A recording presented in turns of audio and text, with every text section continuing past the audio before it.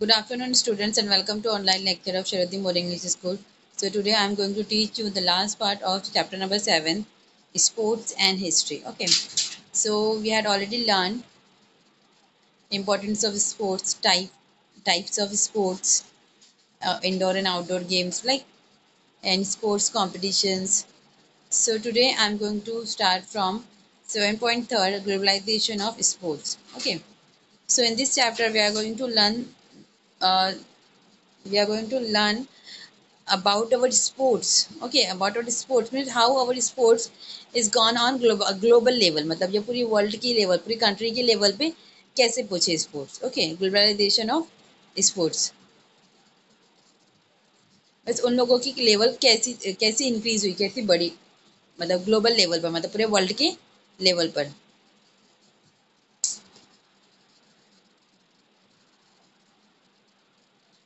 The field of sports in the 20th 21st century was naturally influenced by the process of globalization. Yes, अब ये जो period था 20th to 21st century का जो period था sports की field में, तो ये नेचुरली क्या हो रहे थे, मतलब ये बहुत ज़्यादा इन्फ्लुएंस्ड हो रहा था. मतलब कौन सी प्रोसेस पे जा रहा था, ये वाला जो टाइम था, ये हमारा जो स्पोर्ट्स है वो ग्लोबलाइजेशन की लेवल पर जा रहा था, ग्लोबल लेवल पर जा रहा था वो टाइम पर. The international matches of various sports like cricket, football, lawn tennis can be watched on television in our corner of the world. Yes, अब जैसे जो इंटरनेशनल मैचेस होती थी, जो ऑफ वेरियस स्पोर्ट्स, तो बहुत सारे स्पोर्ट्स की इंटरनेशनल जो मैचेस होते थे like cricket, football, lawn tennis, तो ये मतलब बहुत ज़्यादा ही लेवल के ऊपर कहाँ देखी जाने लग गई थी, टेलीविज़न के ऊपर देखी जाने लग गई थी. मतलब टेलीविज़न पे ऑब्वियसली जैसे हम जैसे जो नॉर्मल पीपल्स होते थे, तो वो बहुत ज़्यादा ही देखने लगे थे किस चीज़ को, जो इंटरनेशनल मैचेस थी, like cricket, football, lawn tennis, ये सबको. ओके, और ये मतलब in any corner of the world, मतलब जितने भी वर्ल्ड, मतलब जितने भी कंट्रीज थे हमारे वर्ल्ड में, तो वहाँ पर हर एक जगह पे ये चीज़ें देखी जाती थी. The citizen of the non participant countries can also enjoy this message and obviously ऐसे सिटीजन जो वो मतलब वो कंट्री के वो जो कंट्री, जैसे सपोज अभी हम लोग क्रिकेट देख रहे हैं, राइट. अभी हम लोग अगर इंडिया और ऑस्ट्रेलिया की हो रही है, तो हम लोग किसको प्रमोट करेंगे, किसकी साइड रहेंगे, ऑब्वियसली हम लोग इंडिया को सपोर्ट करेंगे, है ना. अब अगर ऑस्ट्रेलिया और ऑस्ट्रेलिया और इंग्लैंड की हो रही है, तो जैसे अब मुझे अगर किसी को सपोर्ट करना है, तो मैं किसको करूँगी, ऑस्ट्रेलिया को करूँगी, क्योंकि ये मेरी चॉइस है, मुझे वो टीम अच्छी लग रही है. तो वैसे यहाँ पे क्या दिया है देखो, मतलब जो सिटी, मतलब ऐसे सिटीजन्स जो वो कंट्री के नहीं होते. अब ये जो हम लोग कहाँ के सिटीजन है, हम लोग इंडिया के सिटीजन है ना. लेकिन अभी अगर हम लोग दूसरी कंट्री का कोई मैच देख रहे, तो हम लोग वहाँ के सिटीजन नहीं है, लेकिन फिर भी हम वो कंट्री के गेम में क्या कर रहे हैं, पार्टिसिपेट कर रहे हैं, उसको देख रहे हैं और उसको इंजॉय कर रहे हैं वो मैचेस को. For instance, the World Cup winning match played by Indian cricketer was matched by cricket fans all over the world. Yes, मतलब यहाँ पे दिया है फॉर इंस्टेंस, जैसे जो वर्ल्ड कप की विनिंग मैच थी, है ना, जो कहाँ किसने प्ले की थी, जो हमारे इंडियन के जो क्रिकेटर्स जो थे, तो उन लोगों ने वो मैच को देखा था, है. ओके, और कहाँ देखा था, मतलब पूरे, मतलब जो जितने भी हमारी कंट्री, मतलब जो क्रिकेटर्स के जितने भी फैंस थे, मतलब क्रिकेट टीम में जितने भी पर्सन है, जो क्रिकेटर्स हैं, उनके जो फैन है, ऑब्वियसली उनके फैंस अभी ज़रूरी नहीं कि इंडिया में ही हो, उनके फैंस अदर कंट्री में भी है. तो ऑल ओवर द वर्ल्ड में, मतलब उनके फैंस ने क्या देखा था, वो मैच को देखा था. अब जैसे हम लोग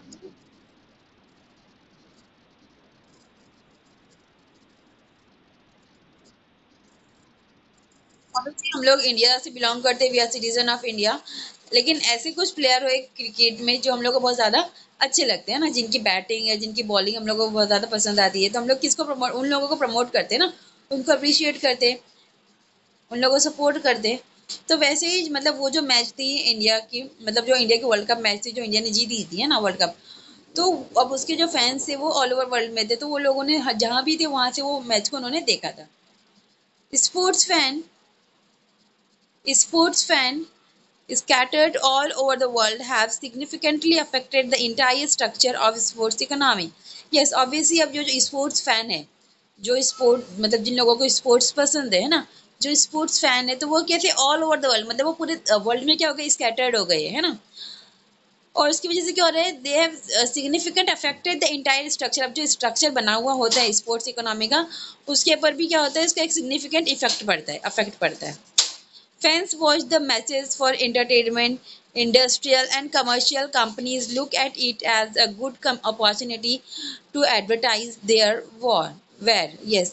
अभी जो फैंस होते हैं वो ये मैचेस क्यों देखते हैं? Obviously for their entertainment, entertainment के लिए देखते हैं, इंडस्ट्रियल के लिए देखते हैं, और कमर्शियल कंपनीज जो होती है वो ये चीज़ों को क्यों देखते, मतलब उन लोगों को क्या लगता है, as at it as a good opportunity to advertise. मतलब उन लोगों को क्या मिलता है, मतलब देखो ऑब्वियसली ये एंटरटेनमेंट हो रहा है फैंस का मैच के थ्रू, है ना। प्लस एक इंडस्ट्रियल और कमर्शियल जो कंपनीज होती है, तो उन लोगों को भी क्या मिलता है, एक अपॉर्चुनिटी मिलती है उनका जो भी चीज़ें होती जो भी, तो उसको एडवर्टाइज करने के लिए।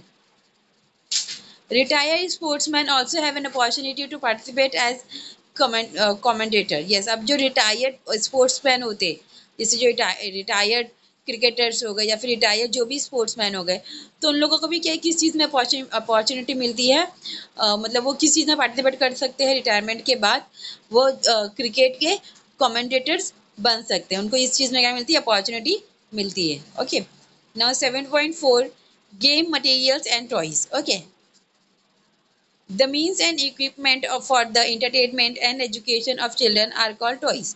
Yes, अब देखो ऐसे कोई मीन्स और ऐसे कोई इक्विपमेंट, ऐसे कोई सामान जो किस चीज़ के लिए यूजफुल है, मतलब उस चीज़ों को क्या करा, एक तो एंटरटेनमेंट के लिए और एक एजुकेशन के लिए यूज़ किया जा रहा है चिल्ड्रंस के लिए, तो उन चीज़ों को क्या बोलते हैं, टॉयज बोलते हैं। Okay, now toys, clay toys have been found in archaeological excavation. Yes, अब जो क्ले टॉयज थी होती थी, तो वो कहाँ पहले जब मतलब डिगिंग करवाती तो वो टाइम पे मिलती थी, एक्सकवेशन के टाइम पे, मतलब हम लोगों को फाउंड की जाती थी, मतलब मिलती थी वो। These toys were fashioned इधर बाय हैंड्स और बाय यूजिंग मॉड्स। यस, अब ये चीज़ों को मतलब क्या दिया गया, मतलब फैशन के हिसाब से इन लोगों को क्या करते हैं, फैशन इधर बाय हैंड्स और यूजिंग मॉड्स, मतलब उन लोगों को हैंड से या फिर मॉड्स के थ्रू उन लोगों को अलग वे से, मतलब जैसे डेकोरेट वेकोरेट किया जाता है, उनके अंदर चेंजेस लाई जाती है। Dolls are mention in the ancient Indian literature. अब ये जो डॉल्स है जिसे गर्ल्स खेलती है ऑलमोस्ट, है ना, तो वो मतलब जो हमारा एंशियंट इंडियन कल्चर है, तो उसमें भी ये जो डॉल्स जो नेम है, ये डॉल जो टॉय है, ये मेंशन की गई है। Okay, a Sanskrit play a Sanskrit play by Shudraka is name as Mrichchhakatika. It means a clay cart. Yes, अब यहाँ पे एक संस्कृत प्ले का नाम दिया है, संस्कृत प्ले। ओके, तो वो किसने राइट किया है, शुद्ध शुद्रा का इन्होंने किए है ना, राइट। अब उसका क्या नेम था, जो संस्कृत प्ले था उसका नेम था मृचा कतिका। ओके, जिसका मीनिंग क्या था, मृचा करिता का मीनिंग होता है क्ले कार्ट, मतलब मट्टी का कार्ट। जैसे बुलक कार्ट होती है, हॉर्स कार्ट होती है, गाड़ी होती है ना, तो उसे ये यहाँ पे मृच मृचका करिता का मीनिंग है क्ले कार्ट, मतलब मट्टी की कार्ट, गाड़ी।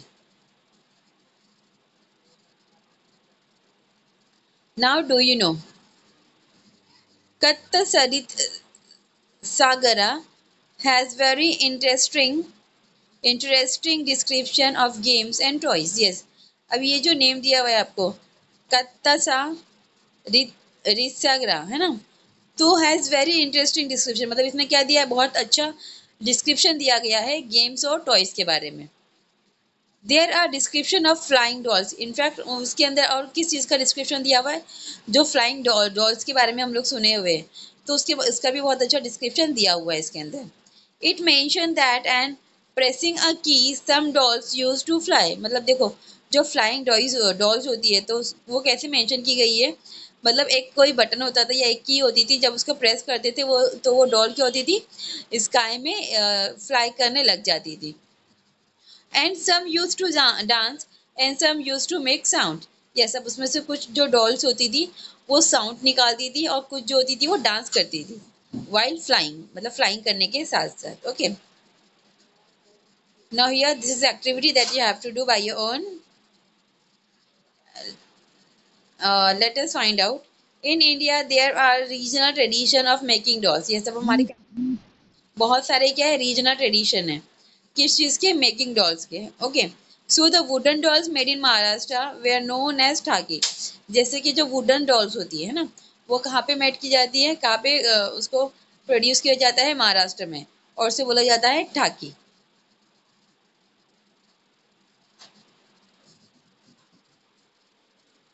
Let us find out about other region where dolls were made or are still being made. Yes, अब आप लोगों को ऐसे एरियाज के और ऐसे रीजन्स के नेम फाइंड आउट करने हैं जहाँ पे डॉल बनाई जाती है। ओके, बनाई जाती थी और बनाई जाती है। Okay, and let us also find out the local name of such doll. Yes, अब वो जो डॉल आप लोग फाइंड आउट करोगे मतलब पर्टिकुलर रीजन के हिसाब से, तो वहाँ का क्या लोकल नेम दिया जाता था वो डॉल को, वो भी आपको देखना है, बताना है। Now 7.5 toys and history. Okay,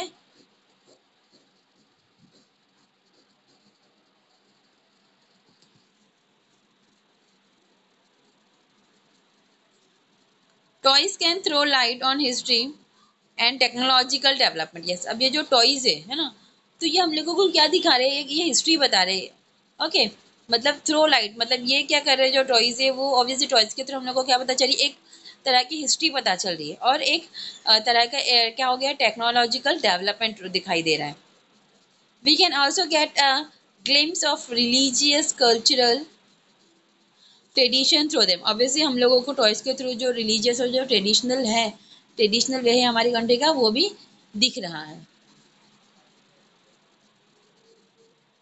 As a part of traditional Diwali celebration is in Maharashtra, model forts are made. Yes, अब जैसे as a part of traditional Diwali, अब जैसे हम लोग यहाँ पे बात कर रहे हैं ट्रेडिशनल कौन से फेस्टिवल की बात कर रहे हैं?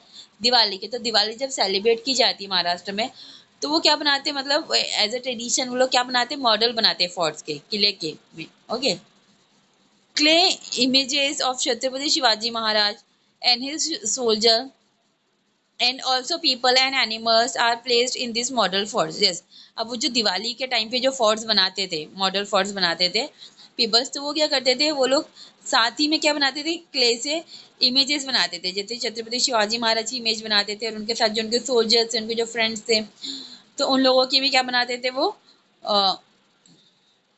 इमेजेस बनाते थे। ओके, और उसको कहाँ पे प्लेस करते थे? मॉडल्स जो जो मॉडल फॉर बनाते हैं, तो उसके अंदर वो उसको प्लेस करते थे।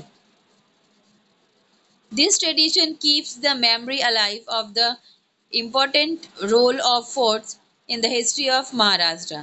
अब ये जो ट्रेडिशन है ना, तब ये ट्रेडिशन से हम लोगों को क्या पता चल रहा है? मतलब हमारी हिस्ट्री पता चल रही है।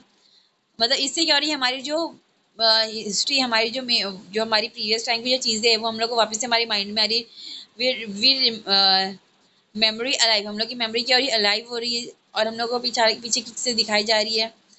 तो ये सारा क्या इंपॉर्टेंट रोल है फोर्ट्स का इन the history of Maharashtra. Okay, an ivory doll made by Indian craftsmen was found in the excavation of Pompeii, an ancient in Italy. Yes.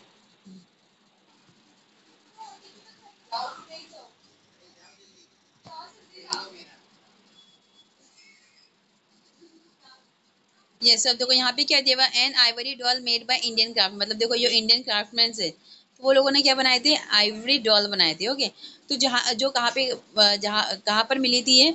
जब मतलब एक्सकवेशन की जा रही थी, कहाँ की? पॉम्पी की, एंशियंट टाइम में इटाली में जब डिगिंग किया जा रहा था, तो वहां पर उन लोगों को ये डॉल मिली थी। It is dated to first century CE, और उसके ऊपर क्या डेट लिखी हुई थी? First century CE. This artefact throws light on the Indo Roman trade relation. अब ये जो डॉल थी, आइवरी डॉल जो थी, उसके ऊपर लिखा हुआ था, राइट? तो उसकी वजह से मतलब उसकी वजह से हम लोगों को किस चीज़ की नॉलेज, हम लोगों को क्या पता चला कि ये जो डॉल है वो कौन से मतलब ऑब्वियसली वो कौन से टाइम की, ये तो पता चला ही है ना, लेकिन वो कौन सी कंट्री की थी? वो इटाली से मिली थी, राइट? अब लेकिन वो हम लोग को क्या बताई थी, this art fact throws light on Indo Roman trade relation. इससे हम लोग को क्या पता चल रहा था, इंडो रोमन का ट्रेड रिलेशन पता चल रहा था। Okay, thus toys found in archaeological excavation can tell us about cultural contact between nation in ancient times। yes, अब जो भी टॉयज हमको मतलब मिले थे आर्कोलॉजिकल एक्सकेवेशन के टाइम, मतलब खुदाई के टाइम पर, तो उससे हम लोगों को क्या पता चल रहा है कि जो वो चीज़ें किस मतलब वो जो कल्चरल चीज़ें हैं, तो वो किससे कांटेक्ट करी, that contact between nation. Nation से कांटेक्ट होता था, मतलब जो भी चीज़ें होती थी तो वो कैसे नेशन वाइड घूमती थी, जाती थी, उसको ट्रांसपोर्ट किया जाता था, है ना। तो वो कौन से पीरियड में होती थी, एंशियंट टाइम में होती थी। Okay, now 7.6 literature and movies on sports.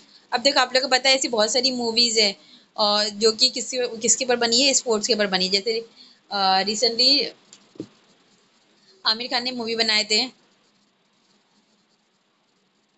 Shahrukh Khan ने मूवी बनाए थे उसके ऊपर। शाहरुख खान ने बनाए थे चक दे इंडिया, राइट, जिसमें उन्होंने गर्ल्स को सपोर्ट किया था। और फिर यहाँ पे आमिर खान ने जब मूवी बनाए थे ये सब, जैसे आमिर खान ने मूवी बनाए थे दंगल, है ना, जो कि बहुत ज्यादा पॉपुलर रही थी, जो किसके ऊपर हम लोगों को वो मूवी के अंदर क्या चीज देखने मिली थी, रेसलिंग देखने मिली थी, जो कि बहुत ज्यादा फेमस है हरियाणा स्टेट की, right.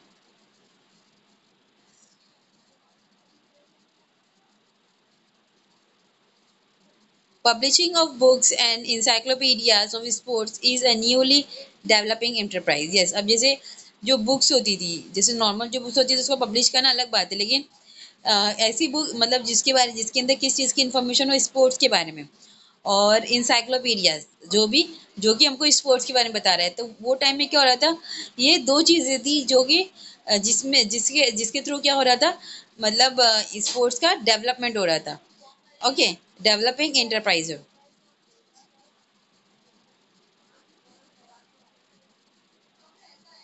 The history of the history of Malakkamb has been recently published। अब yes, अब जैसे जो हिस्ट्री थी किसकी, मलक्कम, राइट, तो ये अभी रिसेंटली क्या हुई थी, पब्लिश हुई थी। There is an encyclopedia on the subject of exercise. Yes, अब जैसे जो एक्सरसाइज करते हैं हम लोग, तो उसके ऊपर भी क्या बना है, एक इंसाइक्लोपीडिया बनाया गया है।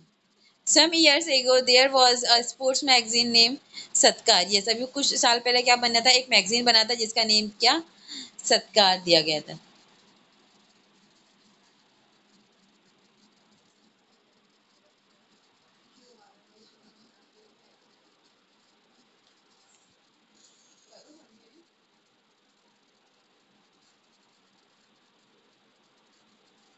यस, सो वो टाइम पे क्या था, मतलब some years ago there was a sports magazine, मतलब कुछ सॉरी सम इयर्स बिफोर क्या हुआ था, एक स्पोर्ट्स मैगजीन पब्लिश की गई थी जिसका नेम था Satkar. There is ample literature available in English on sports. मतलब बहुत सारे ऐसे लिटरेचर्स है मार्केट में अवेलेबल है इंग्लिश लैंग्वेज में, इंग्लिश स्पोर्ट्स के ऊपर। Okay, some television channels are exclusively devoted to sports. अब जैसे ऐसे बहुत सारे स्पोर्ट्स चैनल भी है ना, जो कि हम लोगों को किस चीज़ मतलब किस चीज़ के बारे में बताते हैं, जो डिफरेंट डिफरेंट स्पोर्ट्स होते हैं उनके बारे में इंफॉर्मेशन देते हैं, उनके बारे में बताते हैं। Recently, some movies on sports and biography of players have been released in various languages। yes, अभी recently क्या हुआ है, बहुत सारी जो movies है जो कि sports के ऊपर आई है, और biography हम जैसे बहुत बड़े बड़े जो players थे अलग अलग sports में, तो उनकी biography भी दिखाई गई है movies के थ्रू, मतलब बहुत अलग अलग languages में। For instant the film Mary Kom and Dangal. Okay, जैसे यहाँ पे अभी एग्जांपल दिया हुआ है, जैसे मैरी कॉम भी जैसे अभी मूवी में जिसने प्ले रोल किया है वो प्रियंका चोपड़ा है, तो रियल लाइफ में ऐसा कैरेक्टर ऑलरेडी है ना, तो उनके उनके जो रियल कैरेक्टर है उनकी बेस के ऊपर ये मूवी बनाई गई थी। और सेकंड दिया एग्जांपल यहाँ पे दंगल का, तो दंगल भी जो मूवी है तो वो भी रियल इंसिडेंट्स पे हुई है, ऐसा रियल में हुआ है हरियाणा में, और उसकी बेस पे ही ये मूवी बनाई गई थी दंगल। Mary Kom is the first Indian female boxer to participate in the Olympic and to win a bronze medal। Yes, अब ये जो मैरी कॉम जो लेडी थी, तो वो फर्स्ट इंडियन फीमेल थी बॉक्सिंग में जिन्होंने पार्टिसिपेट किया था ओलंपिक में, and she had won bronze medal, उनको ब्रोज मेडल भी मिला था वहां पर ओलंपिक्स में। Okay, Dangal is based on the life story of Fogart sisters, who were the first Indian female wrestlers to win gold medal at various international competitions। ये सब ये जो फोगाट सिस्टर्स है जो हम लोग ने मूवी में देखी ऑलरेडी है ना, सबने देखी मूवी, सबके चेहरे भी हंसी आ रही होंगी। सो ऑब्वियसली हम लोग ने इसके अंदर क्या देखा, मतलब ये जो सिस्टर्स थी, फोगाट जो सिस्टर्स थी, तो ये फर्स्ट इंडियन फीमेल रेसलर थे जिन्होंने बहुत सारे क्या किए हैं, गोल्ड मेडल जीते हैं एट वेरियस इंटरनेशनल कॉम्पिटिशन, मतलब जो इंटरनेशनल लेवल पे जो कॉम्पिटिशन्स होते थे उसके बाद बहुत सारे इन्होंने क्या जीते हैं, गोल्ड मेडल जीते। Okay, the process of making a movie require deep study of the particular period of the movie story, language, dressing style, social life, etc. Obviously अभी अगर हम कोई जैसे पीरियड की, जैसे बहुत प्रीवियस टाइम की हिस्ट्री बना रहे, मूवी बना रहे, तो हम लोगों को फर्स्टली क्या रहना चाहिए, वो टाइम की बहुत ज़्यादा, है ना, वो टाइम की नॉलेज होना चाहिए, मतलब बहुत ज़्यादा डीपली नॉलेज रिक्वायर्ड होना चाहिए हम लोगों को उस चीज़ के बारे में। और मूवी की स्टोरी अच्छे से हम लोगों के पास होना चाहिए, language, dressing style, social life, etcetera etcetera of that period. Okay, student of history are are well train to do research of this kind. अब जो स्टूडेंट्स होते हैं हिस्ट्री के, जो स्टूडेंट्स होते हैं ना, तो आर वेल ट्रेंड, वो भी कैसे होना चाहिए, ट्रेंड होना चाहिए किस चीज़ में, to do research all this kind, मतलब ये जो सारी काइंड दिखा रहा है, जैसे जब भी उनको मूवी बनानी है कोई पर्टिकुलर जैसे हिस्ट्री के ऊपर, या फिर जो भी रियल रियल जो कैरेक्टर है उन लोगों को लेकर, तो उन लोगों के पास कैसे होना चाहिए, सारी इन्फॉर्मेशन होना चाहिए। फर्स्टली वो पर्सन के बारे में लोगों को बहुत ज़्यादा ही नॉलेज होना चाहिए, है ना, फिर वो स्टोरी अच्छी होना चाहिए, लैंग्वेज, ड्रेसिंग, ये सब। Knowledge of history of sports is also essential for writing articles in various publications like encyclopedia, newspaper, sports magazine, etc. अब जो नॉलेज होती है हिस्ट्री की, है ना, knowledge of history of sport, मतलब स्पोर्ट्स की हिस्ट्री जो है, तो स्पोर्ट्स की हिस्ट्री की जो नॉलेज होती है मतलब जो नॉलेज है स्पोर्ट्स की हिस्ट्री में, तो वो क्या है, बहुत ज़्यादा ही असेंशियल है। किस चीज़ के लिए, फॉर राइटिंग आर्टिकल्स, जैसे हम जो आर्टिकल्स राइट करते हैं उस चीज़ के लिए, जैसे बहुत सारे पब्लिकेशंस में, जैसे इंसाइक्लोपीडिया में होता है, हम लोग स्पोर्ट्स के बारे में देखते हैं, या फिर स्पोर्ट्स की हिस्ट्री देखते हैं हम लोग, न्यूज़पेपर में देखते हैं, फिर स्पोर्ट्स मैगजीन्स में देखते हैं, etcetera. Now 7.7 sports and professional opportunities. Okay,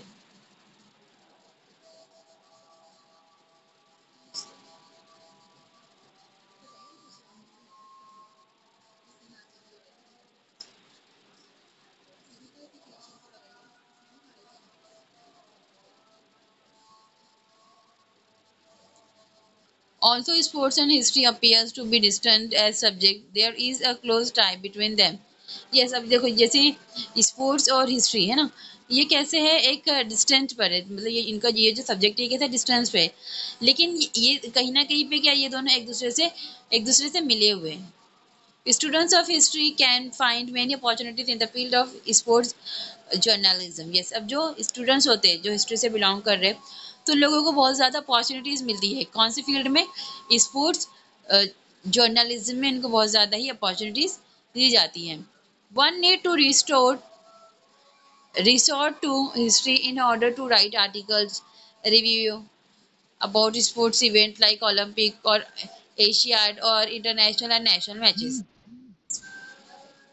अब ऑब्वियसली ये सारी चीज़ों के लिए क्या, one need to resort to history in order to write article, मतलब अब ये जो पर्सन होते हैं जो एज ए स्पोर्ट जर्नलिज्म आते हैं, है ना, तो वो लोग किस चीज़ के बारे में लिख सकते हैं, आर्टिकल्स लिख सकते हैं स्पोर्ट्स के बारे में, रिव्यू अबाउट स्पोर्ट इवेंट, जो जो स्पोर्ट इवेंट उन्होंने देखे हैं तो उसके बारे में उनके रिव्यू राइट कर सकते हैं, वो ओलंपिक जैसे, फिर एशिया और नेशनल और इंटरनेशनल लेवल पे जो मैचेस होती हैं उनके बारे में। Okay, expert commentators are in demand during sport matches. अब जैसे जब स्पोर्ट्स मैचेस होती है, जैसे अभी क्रिकेट चल रही है, राइट, तो जैसी जो स्पोर्ट्स मैचेस चलती है तो वो टाइम पे क्या होता है, जो एक्सपर्ट कमेंटेटर है उनका बहुत ज़्यादा ही डिमांड होता है। An expert commentator needs to have good knowledge of the history, statistic, previous record, eminent player, historical anecdotes, etc. ये सब जो कमेंटेटर है, जो एक्सपर्ट कमेंटेटर्स होते हैं, तो उन लोगों को किस चीज़ की नॉलेज होना चाहिए, हिस्ट्री के बारे में नॉलेज होना चाहिए जिस चीज़ की वो कमेंटेटरी कर रही है।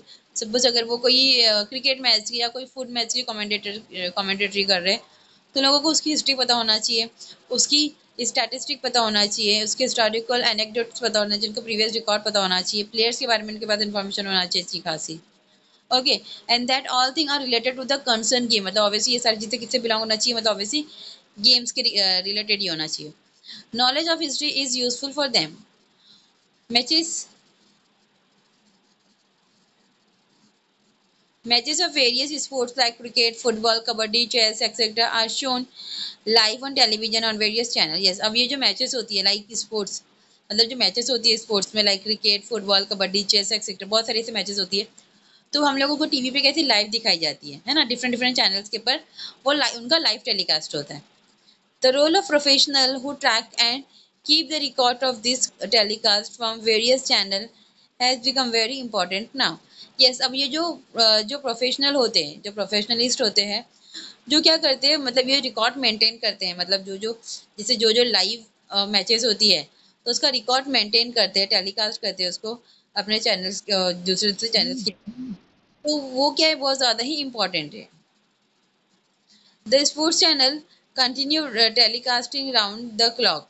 There are many professional opportunities available in this field. Yes, अभी जो स्पोर्ट्स चैनल होते हैं तो वो क्या करते हैं, वही टेली मतलब वही प्रोग्राम को, वही मैच को क्या करते हैं, अगेन एंड अगेन क्या करते हैं, उसको टेलीकास्ट करते रहते हैं, कंटिन्यूस को टेलीकास्ट करते रहते हैं। और ऑब्वियसली ये फील्ड में भी क्या है, बहुत ज़्यादा प्रोफेशनल अपॉर्चुनिटीज अवेलेबल है। Now referees are an essential factor of sports matches. Trained,